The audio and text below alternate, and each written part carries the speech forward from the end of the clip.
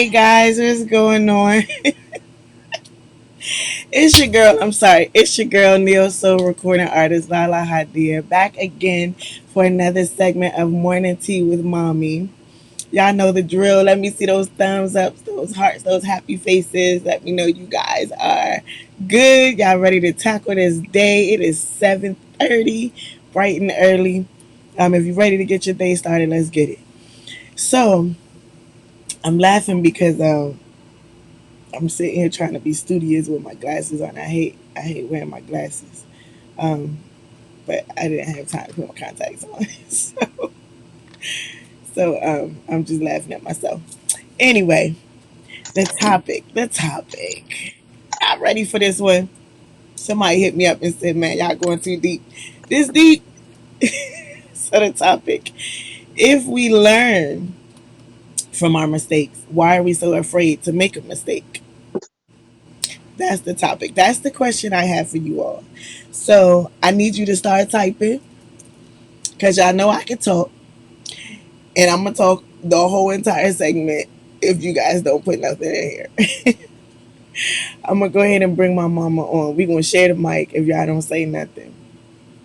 But I want you to think about that topic. Seriously, honestly. Every topic that we bring it up because we want to grow each other. We want to be more strategic in our approach of life, and to help each other grow, help each other become who it is ultimately that God wants us to become. Right? All right, so I'm gonna go ahead and bring her on. Hello. Good morning. What Good in the morning. what are Good you morning. doing? I don't know if That's I want to right. Yep. know. It is such a good morning, and I'm praying that everyone is just as blessed as I am. Looking out at the bright sunshine and the trees are blowing a little bit, just enough to stir a little bit of air. I'm just happy in Jesus alone. Yeah. Okay then. Don't start me. You want to pray? In the name of Jesus, in the name of Jesus, I know, God, that you have so ordained this ministry, and I am praying that anything and everything that we do and say will be to your glory. In the name of Jesus, amen. Don't start me. Mm, All right then. Amen and amen. amen. Feeling good. So we had to get the good Yes, first lady on here to pray a little bit. lady. So let's tackle this topic. Let's tackle this topic because this is something that um, it hits home with me. Um, and when I realized how bad I was with this, um, was when I saw it manifest in my oldest daughter, and that's when I realized that it was necessary for me to change my mindset on how I approach this comment or this topic rather. If we learn from our mistakes, why are we so afraid to make a mistake? So, most people who really know me, like really, really know me, I'm a perfectionist. Like, I want things absolutely perfect, whatever that means. And it's not necessarily me being a tyrant over it, wanting everyone else to be perfect. It's more so myself. Like when I tell somebody I'm going to do something, I'm so hard on myself. Um, and I'm so meticulous about how I do things because I want it just right. If I'm planning a party, if I'm writing a contract for somebody, even down to like, being a CFO and dealing with the money, like everything has to be perfect. Like I want everything to be perfect. And I I dread making mistakes. And when I make them, I think I'm harder on myself than anyone else would be. And I didn't realize how bad and psychotic it was until my oldest daughter um, got, well, I didn't really notice it in elementary school, but it was more so like in middle school, um, how much she is like me, you know. And on the outside looking in, I'm like, whoa, whoa, whoa, calm down. And her reaction to mistakes that I would consider minor were almost like borderline traumatic, and almost close to like PTSD. Like it was bad, and she couldn't let it go. And so she kept talking about it. People had moved on. Some people didn't even notice it. And it was just her. And it was to the point where I almost didn't notice. I was like, I wouldn't even have known if you didn't say anything. And I realized, like, oh my God, like, wow, like that is me. And I have, I have been so deep in this thing that it has begun to manifest in my children. That's a problem for me. So I started to uncover like the root of it all. Like, why is it that I'm so afraid to make a mistake when 90% of the time people don't even know that I made a mistake? And I think for me, um, it's not a matter of looking perfect for people, because that I don't really worry about. For me, it's more so I want to make sure I'm giving my best. Like, I want to make sure that I'm giving my absolute best. And so mistakes for me in the past have meant, like, you're not okay. You're not thinking hard enough. You didn't think this through all the way, which means you weren't giving your 100%. Because if you were giving your 100%, you would have caught that, because you would have took your time to, iron this out or iron that out. And that's how I thought. Um, Now that I'm on the other side of 40, I think for me now, I still don't like making mistakes.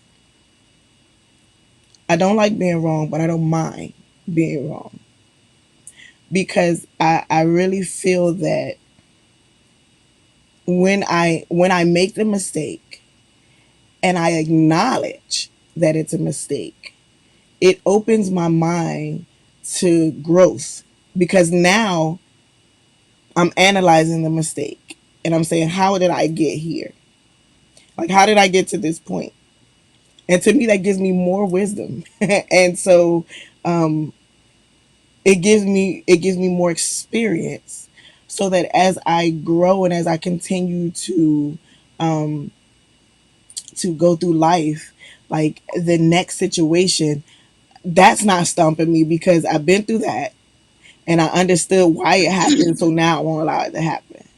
So that's how I think. That's what I feel, and that's why that's my outlook on this whole topic, as far as learning from your mistakes and being afraid to make them. What say you? All right, Vanita. Vanita says, we are programmed to strive for perfection. As children, we are taught it's wrong to make a mistake. You got to get good grades, etc. Once we're past it, we can look back on the mistakes that we try so hard not to make and discover what the experience taught us in the long run. I get you. I think, for my kids, for my children, well, my daughter especially, because she's like literally just like me. Um, Straight A student since kindergarten. Like, and if it looks like she's not getting a high A, not even a B or a C, if it looks like she's not getting a high A, she's freaking out. She's looking at stuff that she can do to secure the A. You know what I'm saying? Like, and I'm looking at her like, oh my God. And I know my mom has a story for this, because it literally is like generational. Like, and there was something that a teacher actually told her, my aunts, or her mother, in regards to her, and I'll let her tell that. But like, literally, to the point where, like, Layla's sitting there like, mommy, like, I got this back, and I got a 90, but I'm trying to figure out why I didn't get 100. Like, what happened to the 10 points? Like, what did I do that caused me not to get the 10 points to make it 100? And I want to say Layla, but it's an A. Like, it's still an A. But then for me, I'm like, A is not good enough. It's just not, I just don't want it just to be an A. Like, I need to know why I didn't get 100 so that I can correct that part. So the next time I'm busting 100. You know what I'm saying? Like, it's hard for me to articulate that to her when that's how I think. But I don't like what I see when I see her dealing with it. If that makes any sense. I'm gonna take one more comment and then mommy is she itching to talk. Um, Phil says our emotions or attitudes are just as powerful as our minds or IQs. So mistakes are inevitable over time, no matter how wise the person is. God's friendly reminder of humility, however, we must recognize and take ownership of our mistakes or flaws to help not repeat the same ones again and again. That is it right there. I need you guys. I need you guys to understand that and hear that. Like, hear the heart of that because that's how I feel. Um, that's how I want to conduct myself as I go through life and experience the things that I experience that come that have mistakes attached to them. That's how I want to view things, and I'm striving to make sure that I do that. That was a good one. What you say, Mom? What you say now? Oh, wow. Yeah, Interesting. I should have brought you on at this point. Yeah, before you did too many spoilers. At any rate, How would I um, spoil you? the reason I dare say the reason pencils have erasers, chalkboards have erasers. Um, and so it's okay. I actually brought my kids up. Yes, setting high standards, setting the bar high, training them to set the bar high. However, um, when you make a mistake, and you will in life, it's okay. You correct it, or you do what you can to correct it, and you keep it moving. Um, you accent the positive, and you don't accelerate the negative. Um, I learned early, and when I was in middle school, I was a straight A student all through school until I got to college. And one particular time, my older sister, had to attend a parent conference in my mother's behalf. And the counselor, Mr. Edwards, I still remember him, um, said to my sister, he complimented, and your sister is so smart, da, da, da, da, all the nice, perky things. But he said, encourage her every now and then to get a B. And my sister, of course, looked at like, is this man crazy? But he said, reason being, um, when she gets anything lower than an A, it will devastate her. And the older she gets, the further along she gets, it'll be even more devastating. He was right. Um, but the thing was, in my household, my dad and my mom always encouraged us to do our best. And this is what I brought my kids up under. And that was always doing your best. When you're satisfied doing your best, then, great. You've done a great job. When you get those high grades, A's, fine. We celebrate you. It's wonderful. But never putting pressure on them when they didn't get to that point. The thing was to sit down and talk with them and find out what is it, where was your weak spot? What do we do to improve this? And so that's where, that's my take as far as making mistakes. I too am a perfectionist to an extent, but as you grow older, you tend to That's where I got it um, from. adjust, in terms of those mistakes. You really use those mistakes as a pivotal point for getting better, you know. Um, whether it's academics, whether it's the arts or whatever, you use those mistakes as a point of, questioning yourself. Again, that mirror talk. What need I to do? What should I do to make things better? And first off, what did I do? How did I make this mistake? And these are the conversations I suggest we have with our children, you know, actually having dialogue with them, allowing them to speak to us in terms of, even when I had um, parent conferences with my uh, children's teachers, it was having that conversation with them. Okay, they are not doing well here. You share with me. I've already had this conversation with my child. I need to know from you what's actually taking place in this particular subject, or what uh, do we need to do to make it better, or be successful. But never putting that pressure on the student, on your child, you know, because then you have some other problems from that. But as I said, you celebrate the highs, and you talk about, have conversations about the lows. What can we do to make this better? I'll let that sit for now. So I think about like I consider myself a little bit wise. And when I think about the word wisdom, I think about experience. And in order to gain wisdom, you have to experience. And to me, true wisdom is a combination of the good, the bad, and the ugly. Like, it's not just all the good things, because how would I be able to um,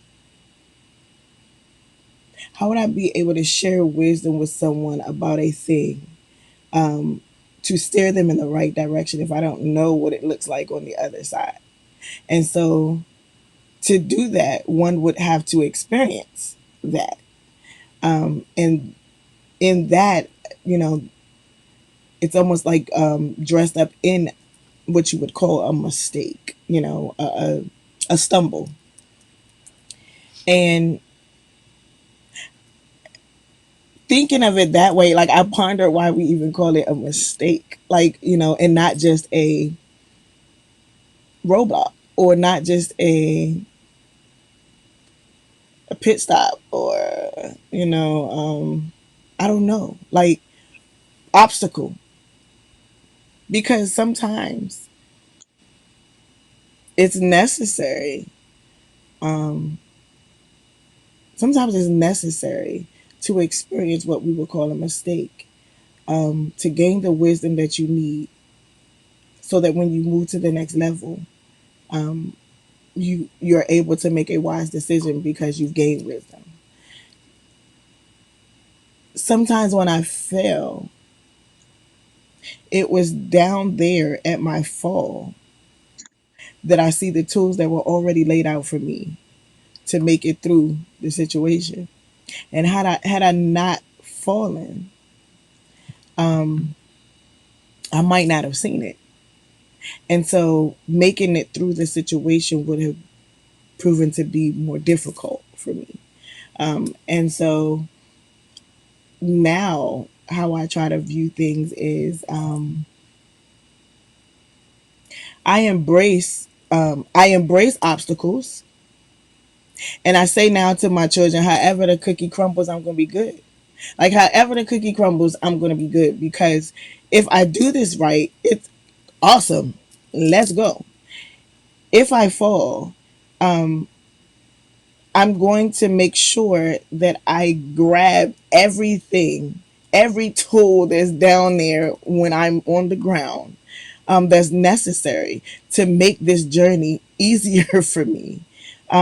because I was walking before without these tools because I had not seen them. So like now I don't look to make mistakes, but I definitely fall gracefully now. Like I don't brace myself for the fall. Like I fall gracefully, and I make the best out of it. Like I'm trying to, like while I'm down there, I'm like, yo, oh yeah, let me get that, let me get that. Like I didn't even see that before, And so now, like I feel like I'm rebuilt. Like I feel like I've put on more plate to my armor. When I do get up off the ground and I begin to continue walking. So I don't know. Like what do you guys think? Like are you still in a state of, and how do you articulate this to the young people in your life? I won't say your children because some people, they parent other people's children, um, You know, sometimes unconsciously. So I want to know how you how do you articulate this whole subject of making mistakes? Like, how do you as, articulate that to the children that look up to you? as an educator and also ministering and as a counselor, part of my one of my masters is in counseling psychology, and I'm always when in the classroom, I'm always my thing was getting into the heads of my students as I encourage them to get into my head. I want to know what they're thinking as I would like, and I encourage them to know what I'm thinking. Uh, and the idea is not to teach them what to think as it is how to think. And oftentimes, what I would do for those students who made mistakes, or any of my students who made mistakes, was, in talking with them individually, counseling, pulling them aside. And I always use my story. I'll use an example from me. And the idea of that is to let them know that it's okay, it's real, it's a real life thing to make mistakes. We what was it, Donnie McClurkin, we fall down, but we get up. And it's okay to do that. The and I would say to them, I consider myself a smart person, but you know what makes me smart is when I can dig and delve for more. When I make a mistake, when I fall down, I don't just stay down and cry and wallow in my sorrow. But what I do, I get up and I'm thumbing through resources to find out what it is I need to do to fix this thing. And that goes for life. We've been talking about that, all during this experience that we are in present time, and talking about those things that we are falling short in, and then fixing it, you know. Um, so that's my take as far as mistakes, and not to accent so much the mistake as it is to accent what do we do now. you know don't stay on that point of what I did wrong. What do I need to do to make it right? And I've seen too many children in the classroom because of previous experiences they've had, whether it was at home or with prior teachers, where they have their entire makeup has been distorted. They've been crushed based on someone insisting that, in so many words, that they be perfect, that they don't make mistakes. So and it came to fruition for me what that counselor meant when he was sharing that with my sister, and that was, it's okay to make mistakes, but use those mistakes to climb, to continue climbing. And that's what I do even now as an adult. you know um, I have no shame. There's no shame to my game in saying, "Oh, I was wrong." The other thing is, I've noted this with kids in class. the ones that you're constantly pumping up. Yes, you encourage your children. Yes, you want to always want to compliment them, but at the same time, we have to be careful with that too, because that group of kids that are constantly, you're the top of the line, and I had a Black history professor who said this. He said, if you think you are great, go up into the mountain where the giants are and then come back. What did he mean by that?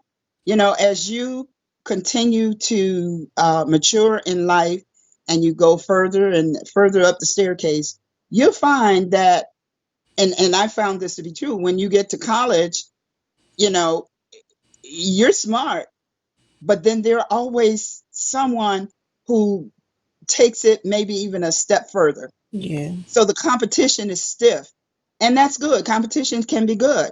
But for those kids who have always, as my counselor would say, if you've always made A's and you've always been at the top of your game, and then you get to a point where you see that there are other people who not only at the top of your game, but they're the top, they surpass that.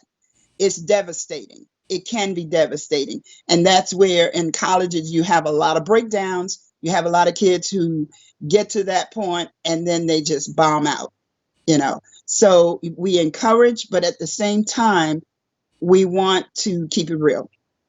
And I dare say that's when I developed my keep it real attitude about life, about learning, about everything, just about keeping it real. Okay. Yes, we strive for the stars. If you fall short of that, it's okay. The moon or those other constellations will catch you along the way, and you just pull yourself up, allow yourself to be pulled up.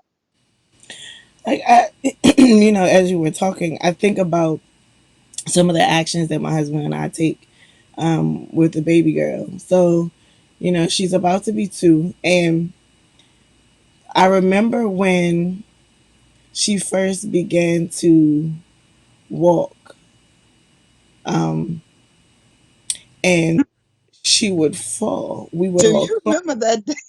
we would literally clap for her, like when she fell, we would clap. Everybody would be celebrating. You know what I'm saying? Like we would all be like, ah! Everybody's clapping.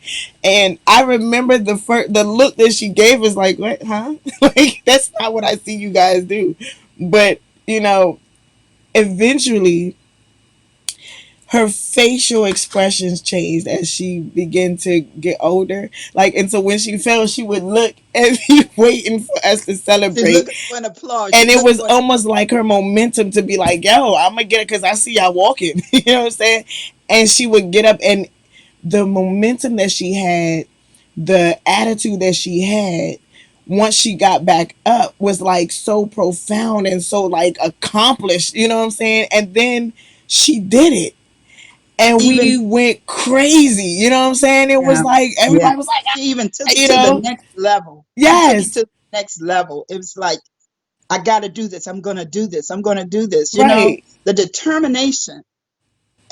I taught a group of kids called a program called AVID, Advancement for Middle School Students. And the idea was for through their determination to press forward. My theory is it's never too early, it's never too soon to prepare for college.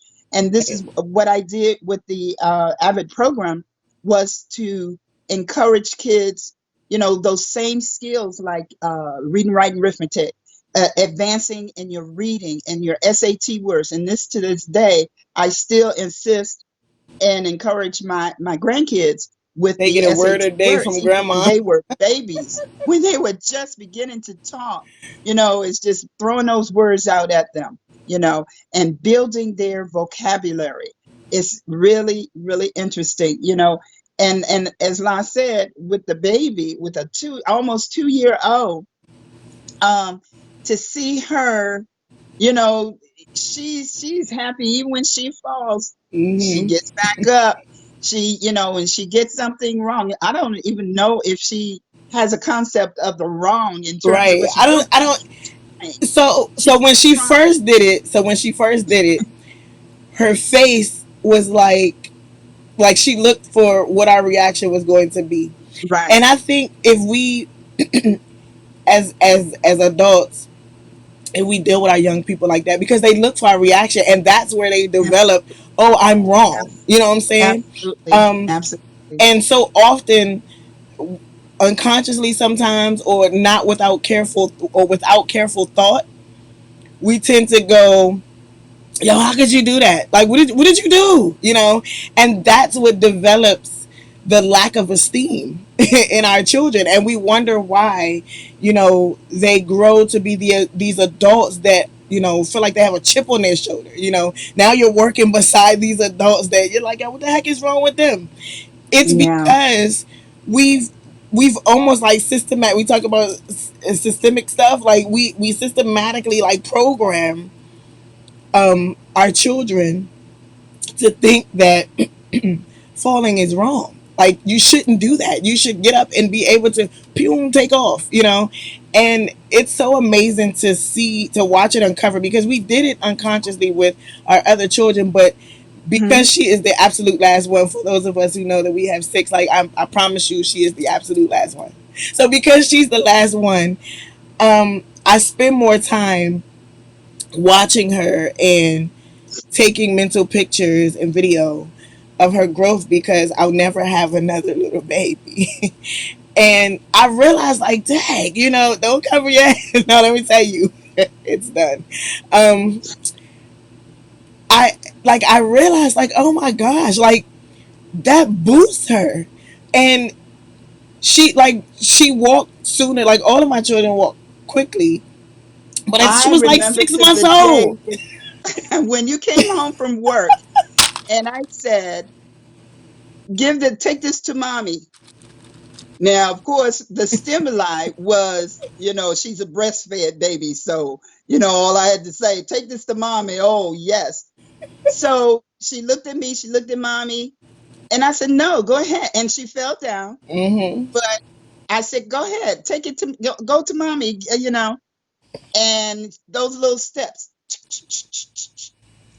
And the interesting thing, and I'll share this secret, I actually have, have used my grandkids as an experiment, Grandchild as said yes, the part of very my last one. research, um, putting together all of the things, the plethora of strategies that I've used over the years.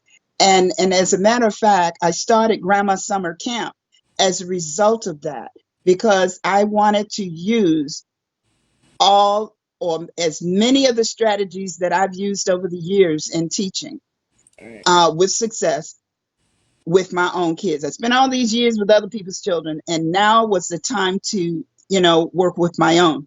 And I saw what it did with my two bookends, La and her brother T, who each of them were reading before they went to kindergarten. When they went to school, and I have to say, when they went to school and the teachers were like, "Oh, their names. How do you, what kind of," La would tell, that's another story where I had to go in and speak with one of her teachers, and we became friends. To this day we're friends as a result of her, like, what kind of name is that? And I said, did you tell her what kind of name it is? And my kids knew how to spell, they knew the meanings of their names prior to even entering the schoolhouse door. So it's a thing of, did they get it right the first time? No, but we kept on trial and error, you know, getting them to do. And that's what we have to do with our kids, with people, period. Adults are no different in terms of learning. We have to encourage plays a big part. That pat on the back, that warm, fuzzy, even when they are wrong, even when they make mistakes, we don't accent the mistake as much as we accent the positive, what they can do, and showing people how they can move from point A to point B, and be successful. But yeah, I many things that I tried and I've done with the kids, and like I say, the success story is that each of the one, two, is it six now? You know what? Six. Y'all been stop playing. Each Just stop it. each of the Just six stop it of right there. them were It's reading before six. they went That's to it. With a period at the end. Six. their, Period. Six. each of them excel in their reading. And so I know something works, when at first you don't. And one of them actually was struggling and struggling. And we spent, I did, like I said, the reading, writing, arithmetic, but we also did field trips. We did all kinds of fun things. And the other kids were like, come on, we want to go on a field trip. But we couldn't go until everybody, encouraging her, this particular child, to do. And so finally, and when I You look know, at I her hate to now, stop you, but I want to point that out. I want to highlight that because it wasn't like they realized that them saying, "Oh man, like come on, what are you doing?" did not help move forward. Like so they realized that encouragement got the whole the group moving encouragement, forward. right? And And so they grew up like they have the mentality that like when somebody is behind or somebody looks like they're lagging, like instead of saying like, "Oh my gosh, she's so slow," or like they boost you. Like if you are in the classroom with the Castro children, like you're gonna feel so boosted to the point where you're on the level that needs to be made so that the whole entire class can move forward because that's just what we've taught them. That's what we've instilled and in that, them. and that's something. The other thing too, another strategy I used in my classrooms. My classroom, especially when I taught elementary school, it was like everybody knew who my kids were. When they went through the line to get their lunches, and even to the point where they came back to their seats, nobody ate until we ate family style. So nobody ate until everybody was at the table. We sat down, and those who prayed, that's why I say, we say that prayer was taken out of school, but to each his own. But with my grandma summer camp, that was the thing. That was the pivotal point. Was everybody realized, together we stand, divided we fall. The other thing, saying I had was, "You're as strong as the weakest link." When you see your brother or your sister has fallen or is falling short, what do? We reach under and we encourage them. This was the other thing, when someone, even when they did something or didn't do something correct or right the first time, we had this thing where, if kids are kids, and they, might say something that was not too encouraging. What did they do? They were told, for every put down, you have to do two put ups. And put ups meant something encouraging. And this carried on even after the camp, even at home, mom and dad, like, what is that? That was something, a part of the encouragement. That was a part of the lifting each other up. And yes, to this day, in the family, the Castro family, that's what kids do. That's what they know to, and they know kids, when you train them that way, they grow up knowing that that's what we do. We lift people up. We don't push them down further. Yeah, so they do exercise that today.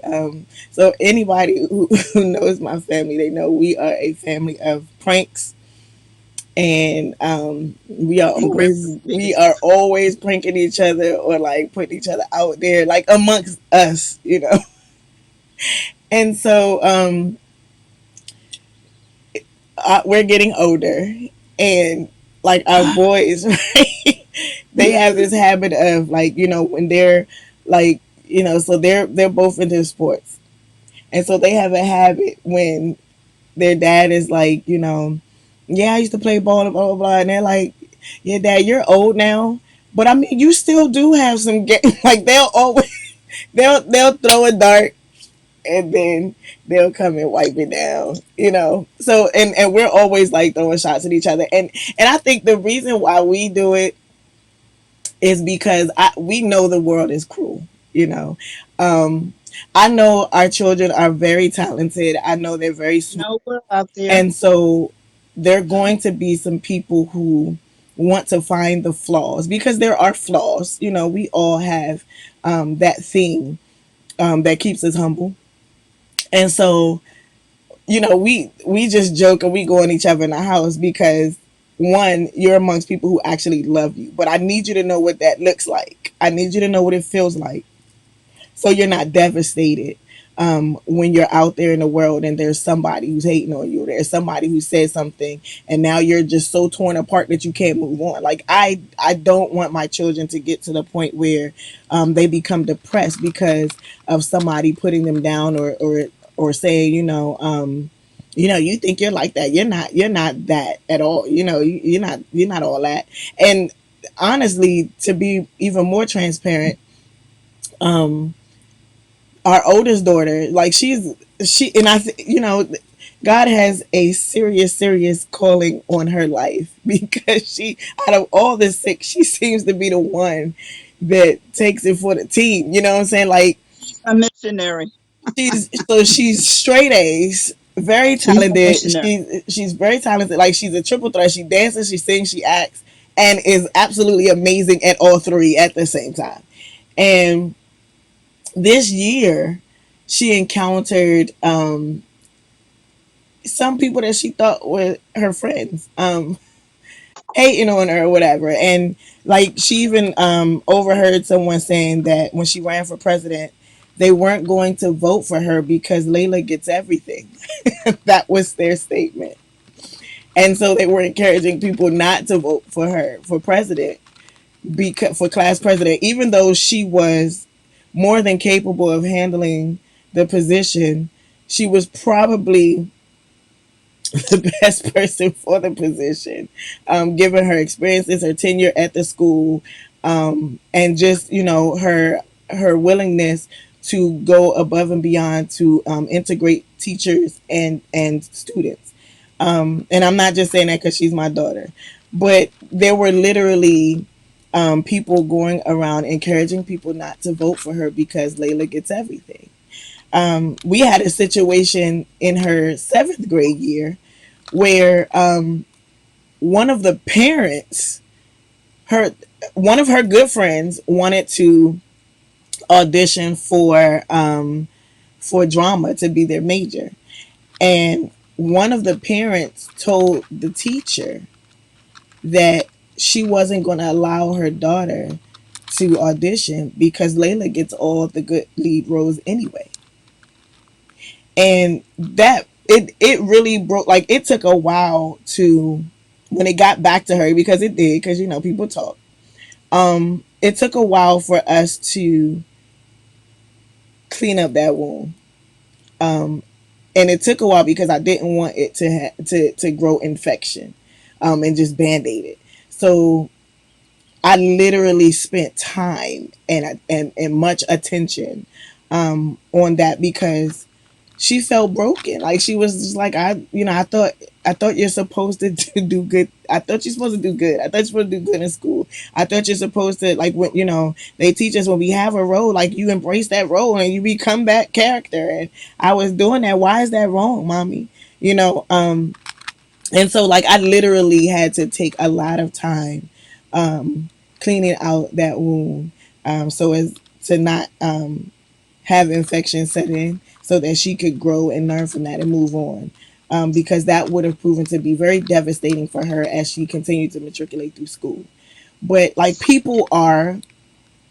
people are just cruel, and so we congratulate our children. We, like, everything is a momentous. Okay, everybody knows, like, you know, some of the people that on here that know the Castros, like, yo, they lose a tooth, we doing a party. Like, we on live, like, you know, and we celebrating that the tooth fairy about to come and put the money under the pillow. Like everything is celebrated, because I want them to know that even their smallest achievements are amazing, because they're so necessary for the building of character, so that they can continue to walk this journey that God has prepared for them, right? Or that He's paved the way for them. And then at the same time, we throw shade like a mug. Like we do that because it's like, yo, I need you to know what it feels like. Like I don't want you to go out there blind and think that everybody is going to lift you up. I don't want you to have that false hope that, you know, everybody is going to congratulate you and have your back and be like, oh yes, you did it. There are going to be some people out there that's like, okay, and so we do it in love, and we explain why we do it, but we still do it. And so they, it's funny because they've adopted it, and so we do it to each other, and it never leaves the house. So I'm kind of bringing you into our world, but it never leaves the house. But we do that, and it builds our character. Like even as an adult, because they be throwing mad shade sometimes on me, and it builds my character, you know. And I know I'm amazing because God made me that way. Like, so there is really nothing um, that anybody can say that can make me believe that I'm not great in the eyes of God, like that I'm not awesome, that I'm not amazing, you know, in His eyes, because I know, I understand my purpose, and I know He has purpose for me. And like He loves me, and He thinks I'm pretty dope. And so if nobody else thinks that, I know God thinks I'm dope. So therefore I'm dope. Um, and that's just how I think. That's just how I think. And I feel like if we did more, not just celebrating the good things, but celebrating those not so good things, in a strategic way, meaning I don't put you down because you made the mistake. Like, yeah, that hurt, didn't it? Like, that's how I talk to them. Like, they thought that hurt, didn't it? You don't like that? So, like, next time, what can we do to make sure that doesn't happen? You know, like, that's how we're talking. We're not putting them down, um, but we're strategically celebrating in a way where, you know, they embrace this thing that has happened to them. And they use that as a tool to build and become stronger and better than they were before they fell. That's how I look at it. And the good thing Y'all let in me know being a when they get into Grammy, society whether we did a good job. and the good thing in being a Grammy is I You don't have to spoil always them. be the nice guy. I don't have to, I like add that, how when you're preparing a meal, how you add spices to kind of spruce it up or however. She The, there's a definitely good adds there's a good spice. side and there's a bad side. The good side is, you can be the spoiler and then you walk away, okay, because you don't have to live with it, unless you're our family, because we're so knit close that we walk away for a minute, but then we're right back, together. It's almost like magnets. We're back together, um, and it's just innate. It's something that's our makeup. That's who we are. But as a Grammy, and it's interesting. Law had to brainstorm to start this tea with mommy.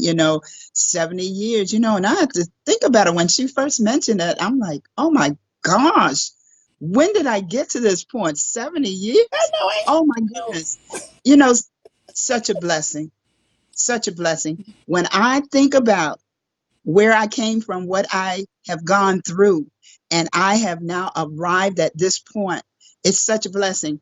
So, as Grammy, my thing this out of my life is to weave in all of those things and some that will make my kids, my grown and gone kids and my grandchildren, to make them the best that they can be. That's my goal. Yeah. Before I close my eyes permanently, is to make my family the best. In fact, anyone whom I come in contact with, I make no excuses for, I sometimes have the dry humor or, things and they don't understand it. But what's the song say? You'll understand it by and by. And that's what I count on, because the things that I'm doing now is incorporating everything. Even, when the book is out and all that good stuff, don't say anything about the note paper.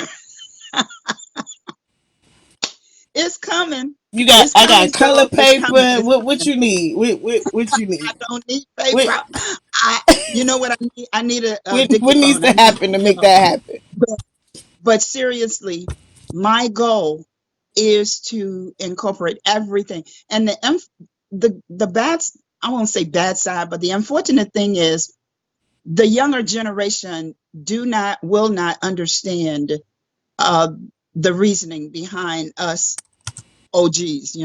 They will not always Oh, understand gee. why we do the things and say the things we do. My grandkids right now, they get so irritated sometimes. It's almost like, okay, here comes Grammy. Grammy's always lurking. And I tell them, yeah, Grammy's lurking. And guess what? She'll be lurking even when she's not here physically. She'll Don't do be that. lurking because Don't that's do the way that. the spirit goes. Absolutely. So I have them on their toes, and everything that I'm telling you, and I make no excuses for it because I'm backing it up with years of experiences, years of things that I've done and tried and have worked. And some things I've tried over and over. They didn't work the first time, but they eventually, I had success with them. So my goal is even with my mistakes that I've made, and I've done this with my bookends, is, and I share these things. There's no shame to my game. There's no shame because, even the things that were not so good and mistakes, I'm gradually weaving those in. I have conversations oftentimes with my son. Did I tell you such and such a thing? And even with my daughter out, did I tell you, so the idea of mistakes, to me, mistakes is a good thing, because you fall down but you get up, and knowing who I am and whose I am. Hey, there's no limit, and this is the key point. There is no limit to what you can achieve, what you can do. you know whatever you can conceive, you can achieve. and and Hey, we and that's say what that. I live by. That's what I live by. So, this thing with mistakes, and I tell you, the best thing in the world was the inventor of the erasers, the different types. Even on your electronic devices, you can delete, you know, you can reinsert something to make whatever it is appropriate or correct. So, you know, um, I take joy. I don't take it lightly that, you know, God gave us a second chance. He gives us third chance. He gives us all kinds of chances. So who are we not to allow for mistakes and to allow uh, persons or ourselves even to correct those things that we've not gotten right the first time? So, I I really, the challenge today from me is for each of us, people who have not um, done the right things, or they made mistakes, whether it's a daughter or son who's gone astray or what have you, or grandchild or what have you, we don't further pulverize them in the ground. We lift them up. We encourage them. And that's our spiel, even from our conversation on yesterday. How can we fix this thing? No, we cannot do everything. You stay in your area of expertise and your purpose. Everybody has a purpose. And so whatever it is that you're good at, you're going to use that to encourage someone else. And that someone will encourage someone else, and so on and so on and so on. have Drop a, the mic, I have, guys. don't drop it just yet. I have a quick question for you. Um, we got about 4 minutes, but I want to get this question out. So Jeannie asks, "Hey Jeannie," she Who was asks, that? my homegirl Jeannie. She Okay. asks, she said, "Good morning, Queen and Queen Good Mother. morning. How can a mistake become an accomplishment?" I Woo. asked this question because of what we are experiencing today. I'm glad you asked that question. There, first of all, we fix, we have to know the first step to solving a problem is knowing that there is a problem. After that, You look at the problem, and because this problem is concerning many different factors, we have to come to grips with, come to the table. We have to come to the table. We have to communicate. We have to connect and communicate. I was just looking at last evening, before I went to bed, um, Minneapolis, which I say at this point was a pivotal point in a lot of things. A lot more has come out of that. And that's life. Out of negativity comes a lot, can come positive. Out of mistakes can come success. So what do? We have to connect. Minneapolis um, has, all the protesting and so forth. Within 10 days of protesting, Minneapolis banned the use of the chokehold. Minneapolis City Council commits to permanently defund police department and invest in community services. The list goes on. There, there's. I'm looking at, and I had to print this out because I'm saying, She's like, you think wow, she's still a teacher? wow. Out of adversity, out of mistakes, what do? First thing is recognizing that there is a mistake.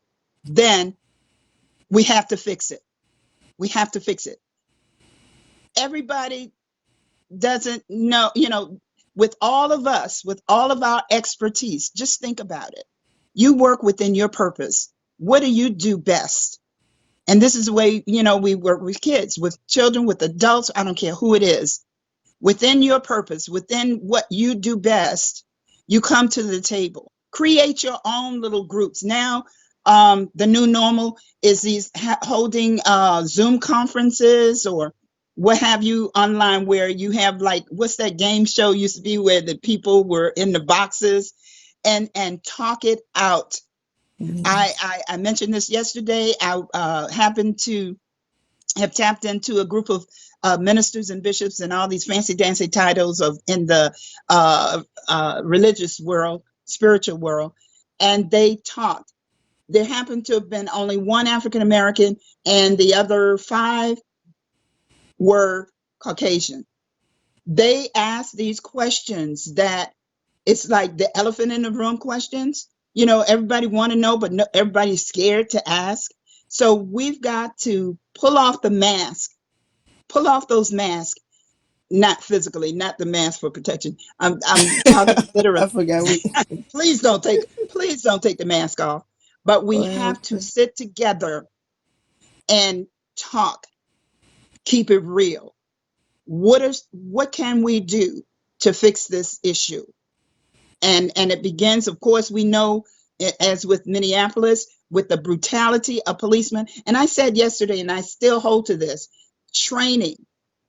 Training is right. Yes, they go through all the trainings and how to ward off crowds and everything. But what about inside the sensitivity training? Realizing that people are people, realizing that, you know, um, God didn't make any mistakes when he created this whole world and the people in it. You know, we're each different. Even Siamese twins are different to some degree. And so we have to connect, communicate, and come to the resolution that if it's not in the best interest of everybody, it's just like with the Castro kids. If everybody isn't doing well, then we have failed. If everybody isn't feeling good about themselves, then something's wrong. What can we do to fix it? It's like those when my kids in summer camp, put someone down. I need two put-ups. I need something positive about that person. Stretch. And guess what? You can't use the same thing every time, right.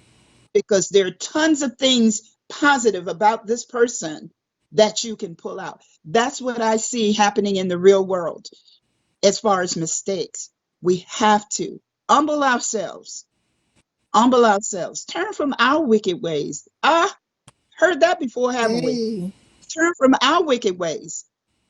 Put that somewhere and talk to this person, these other people, as if they are human, and they are. and letting each person know that, if it's not in the good, if it's not in the good of every, then something's wrong. There is no reason. I came from the Confederate South, capital of Confederacy. And I know what it's like to be put down. I know what it's like to be discriminated against. I know what it's like to be made, to be made belittled, to be made like talking, no, you can't do this. So we've got to come together. First step.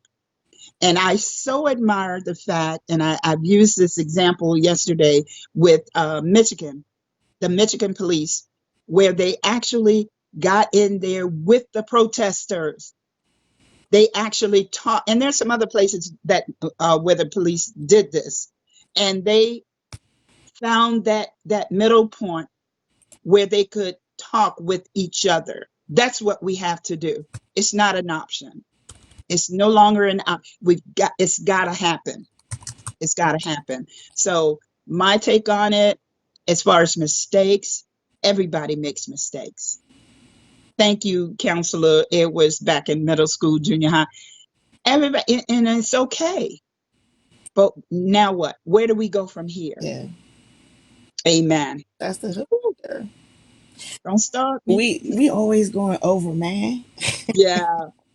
But like I said, a lot of these topics are simple when you look at them, but they're a Hmm. lot deeper. And I believe that it's necessary. Like I come up with them. My mom and I come up with them to make us think deeper. You know what I'm saying? We talk so much about being better, and Yeah. some of us who know better, we keep it to ourselves. We don't want to start the conversation. Right. To get people thinking deeper, using more of that brain that God blessed us with inside of our head, and topics like these, conversations like these are necessary because um, there there has to be a rebuilding of how we do life, how we Mhm. raise our children, how we pour into our children. If we want better results, um, sometimes it's necessary to change the curriculum, or revamp the curriculum, or look at it and make sure um, that it's working, that it's That's geared in a way to help people be their best selves. And so, instead of being, we always say this, instead of being a part of the problem, it's time for us to be a part of the solution. Have these solution. conversations, go deeper Yeah. with these things, so that we can take it back to our respective homes, Yeah.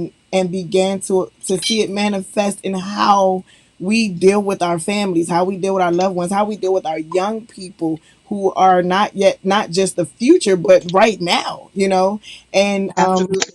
if you want to be secured in knowing that we have good products of society out there, then Mhm. you have to be strategic in the building process, and we all Amen. are a part of that. You know what I'm saying? This Absolutely. is representation of the village. You know what I'm saying? The village, having these conversations, asking those questions, like, and I applaud and I thank God for the people who have asked those hard questions that are just like, um I hear what you're saying, but because it's necessary. Some of us are walking around blind, and we're cool with that, and then when we see the outcome of that, we're disgruntled, and we feel a certain way. But it's like, what are we doing to Yeah. rewrite the script? Like, what are we doing, Mhm. to enhance the curriculum? The Absolutely. curriculum that the students go through now is not the same exact curriculum that my mom went through. You know what I'm saying? Mhm. Like, sometimes it's necessary to sit down Mhm. with the team and say, yo, what worked? What didn't work? You know what I'm saying? So that And, we can and do better. I dare say that what we've gone through with this pandemic, with the distance learning, with parents being more involved in their child's learning, is something I, from way back when I first started teaching. it was to incorporate. I always had a classroom of parents. I always included my parents in my learning process. And it has to be that way. I dare say, it would be very interesting to see, to tap into, to do some kind of rubric, some kind of assessment to see how effective and impactful the learning process became during this pandemic. I know for a fact I have several parents whom I have, been following, and Castro definitely.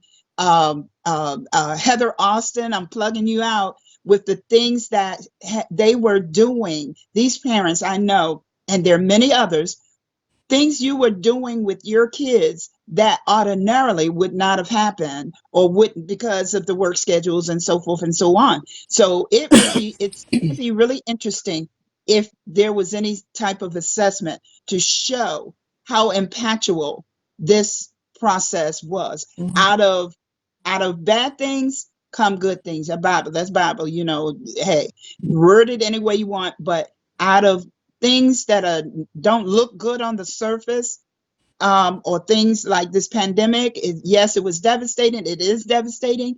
However, out of it came some positive. And what can we do? With the mistakes, we can work together. Together we stand, divided we fall. And let's learn Uh, to celebrate that. You know what I'm saying? yeah. Like I said, I think I said it yesterday.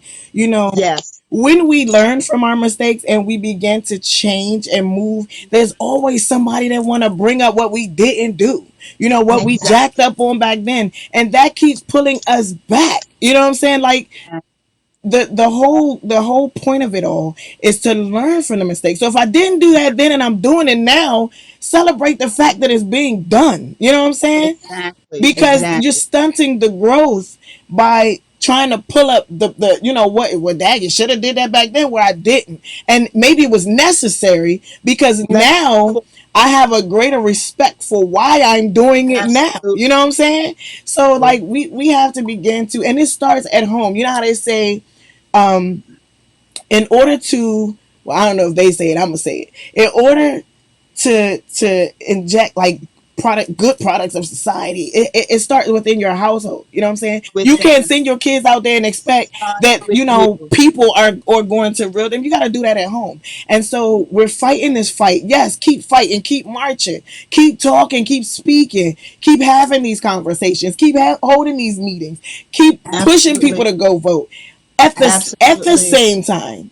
same time, let's begin to create the change within in our Within household. ourselves. Look around you. If your grandmama and your mama still like them white folk, like change the narrative. Change the narrative so that we can begin to look at things in a positive way, so that we can Abs- move positive and be a part Absolutely. of the change.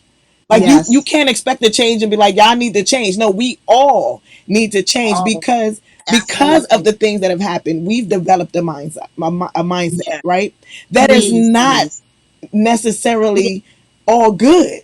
So is. everything needs to change. So I want you guys to think about that. And you guys Absolutely. look at these topics and you're like, yeah, okay. But it's deep. Like, I told y'all I was And over each analytical, man. I need start me, myself, and I. yeah, What I do yeah, while you're home during this time, there's shouldn't be anyone, even grandmama in her wheelchair, should not be just sitting there complacent, nothing. Out of this time, within your space, do something, pull out, reach down deep and pull out your strength, your purpose, what you do best, and share that even with one person. And that person ideally will share with another person, and so on and so on and so forth. That's the way it's going to impact the world. It has to start with one, a committee of one, and that's yourself. yes. Amen. And that has got to be a wrap because we're going to keep talking. Yeah, gotta be. We gotta That's go. it, yo. Oh, that's it. That's it. That's it. Oh gosh, I, we you love know, if y'all. you got, we always look back at this. So if you guys put comments, we're definitely going to Yeah, comment. If we yeah, didn't comment within the feed, absolutely. but yeah, let's get some knowledge in us, man. Let's, and Yeah, then share it. Let it spread. yes, yeah. Yeah, let's do that. Um, Amen. so y'all know Well, how we end this. I love you. You know I love you. I do this because I love you. And y'all know Mama Lou, she loves you too. And most importantly, our creator, God loves us all. And that oh is why yes, it is yeah, necessary for us to wake up and pay attention. mm, Get up, get out and get yes, something. Don't let the days of your life yeah, pass by. So let's do absolutely. that. Um, once again, it's your girl Neo Soul recording artist wrapping up another segment of Morning Tea with Mommy. It's been awesome. It's always real with you guys. I enjoy it. And until tomorrow, you guys be awesome. All my essential workers, you know the drill. Y'all be safe. We praying for you. Those who not essential, I know they opening the world up, but be safe, be smart about it, and be wise so that our essential Yes, workers can survive. So that they can help us out in this thing. All right. Love love y'all. you. Until tomorrow. Holla at your girl.